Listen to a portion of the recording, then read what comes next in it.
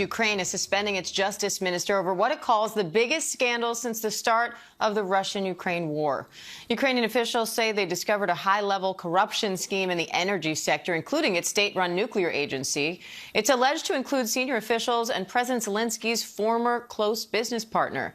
Now, Ukrainian anti-corruption activists say Zelensky must prove he will hold them accountable. ABC's Patrick Reevell is in London with the latest. Patrick, what's the latest on this investigation and the response to it? Hi, Dan. Yeah, President Zelensky is under pressure today over this huge corruption scandal involving senior Ukrainian officials. Prosecutors allege that they uncovered a $100 million kickback scheme involving contracts to build defenses for Ukraine's energy system.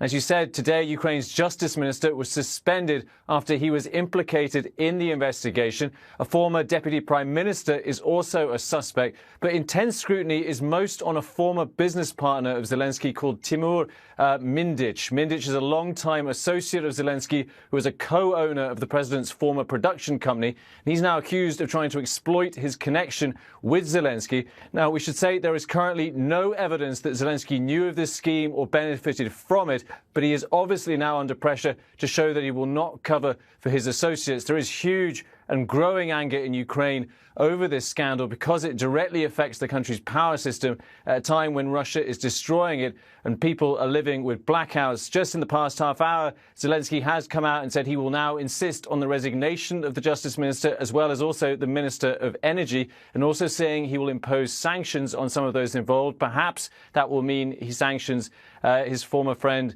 Mindic, but clearly he's trying to show that he is taking steps and feeling some of this public anger, Diane.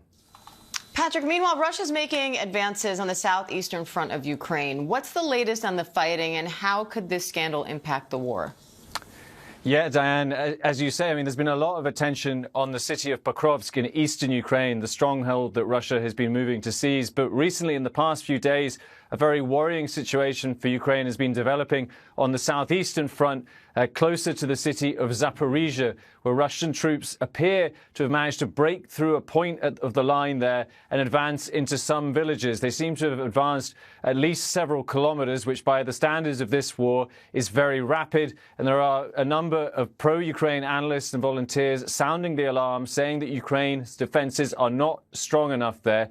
And, you know, Zaporizhia is a major city in Ukraine. It's one of the biggest, most important cities. And it is basically Russia has been trying to bring it into artillery range, which would be terrible, obviously, for the people living there. For now, it's still quite unclear the situation on that front line. But clearly, Russia is making some progress there, and Ukraine needs to try and stabilize that. And obviously, the context of the corruption scandal is, hurting Ukrainian morale. Many soldiers are furious to hear that while they are fighting and dying back in Kyiv, high-level officials, including the country's justice minister, are being accused of directly undermining the country's ability to protect itself and its infrastructure, Diane. All right, Patrick Reevell, thank you.